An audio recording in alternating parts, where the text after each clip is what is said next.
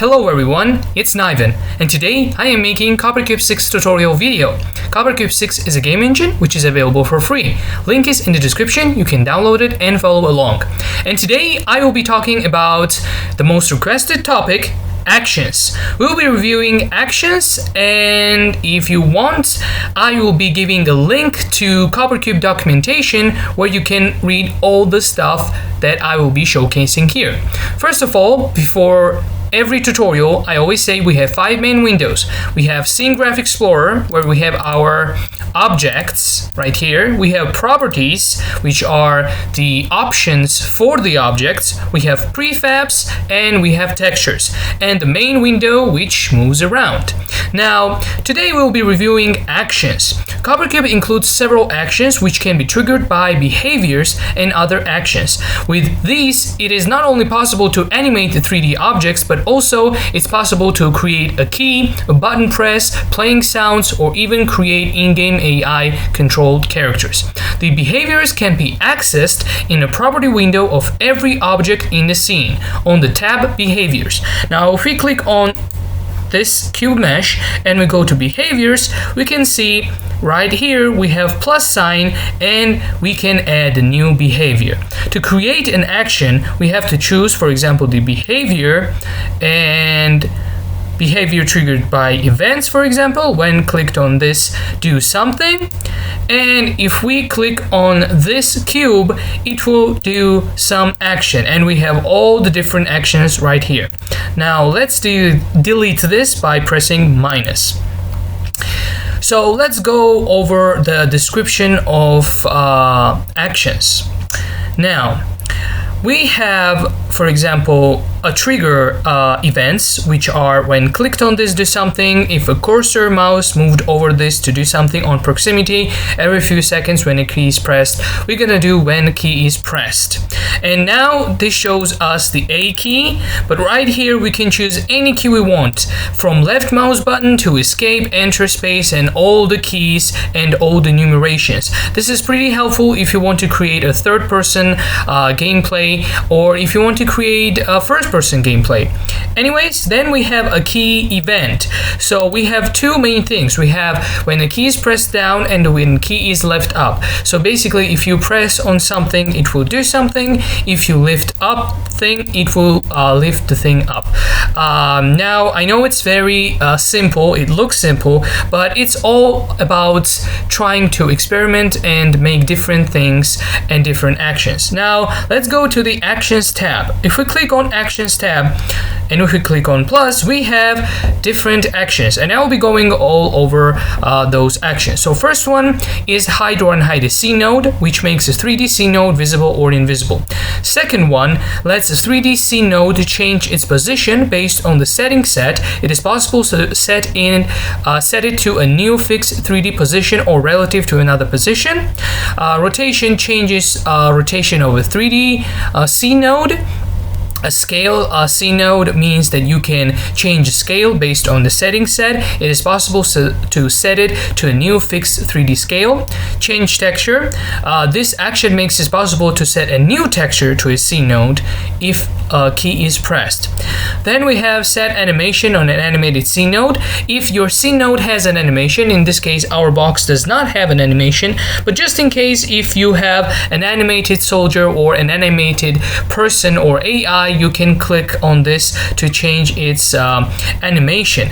Then we have different things like change active camera, which changes from one camera to another, set camera target, switch to another scene, and restart scene.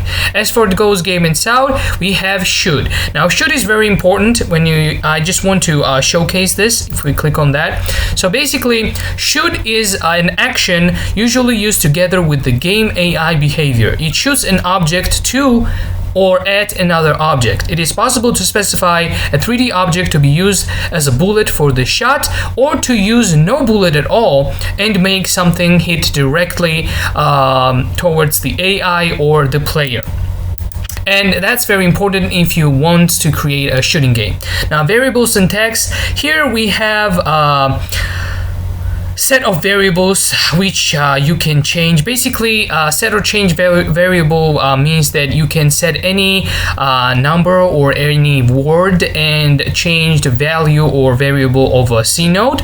We have special things like open a website, execute a JavaScript just in case if you have one, create application, or play and stop a video.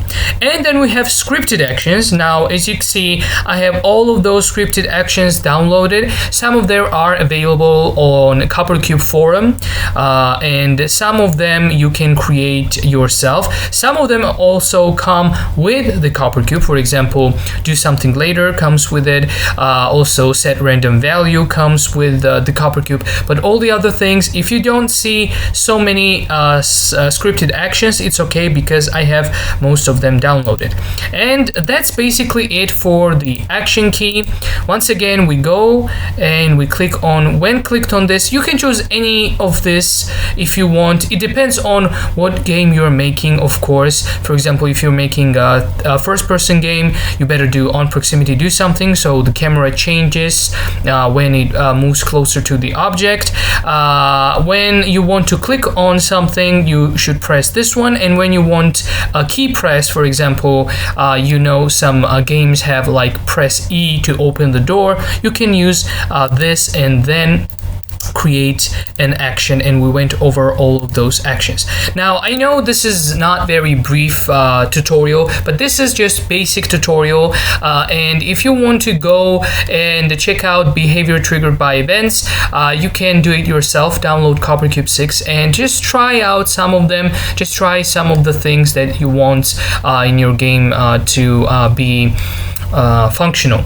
And by the way, when you click on behavior, we have those things, like those 4 things. It's very easy. Fly in circle, this is what it does, like this. You can change any settings you want here. It's fine. Then we have rotate. This is what it does. You can change rotation anywhere you want. We have fly along the line, and as you can see, it goes along the imaginary line. You can do that too. And also it sets up follow a path. Now, if you want them to follow a path, you go to create right here and you create a path.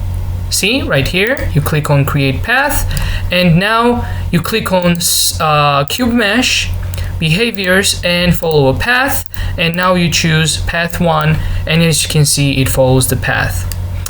And those things are also experimental. You can just check them out yourself and try out some of them. Now, effect behaviors, we have to animate a texture. We have game behaviors such as AI, object or person controlled by keyboard, and scripted actions. Once again, those scripted actions are downloaded not with the CopperCube 6, but they are downloaded specifically because I needed some of those actions. This was basically it for the tutorial. If you have questions, please leave comments in the comment section. And once again, I am saying this at the end of every tutorial. If you want to create a game, first you have to set up your plan. You have to set up and brainstorm what game you want to make, what genre you want to make, and then you have to choose CopperCube 6 and start doing things. That's what matters first and foremost. And also, everything depends on your personal preference. I will be giving the link to the documentation which you can open up and you can read all of the things that I talked about in this tutorial. And once again, thanks everyone for watching. Thanks for amazing support, and have an amazing day.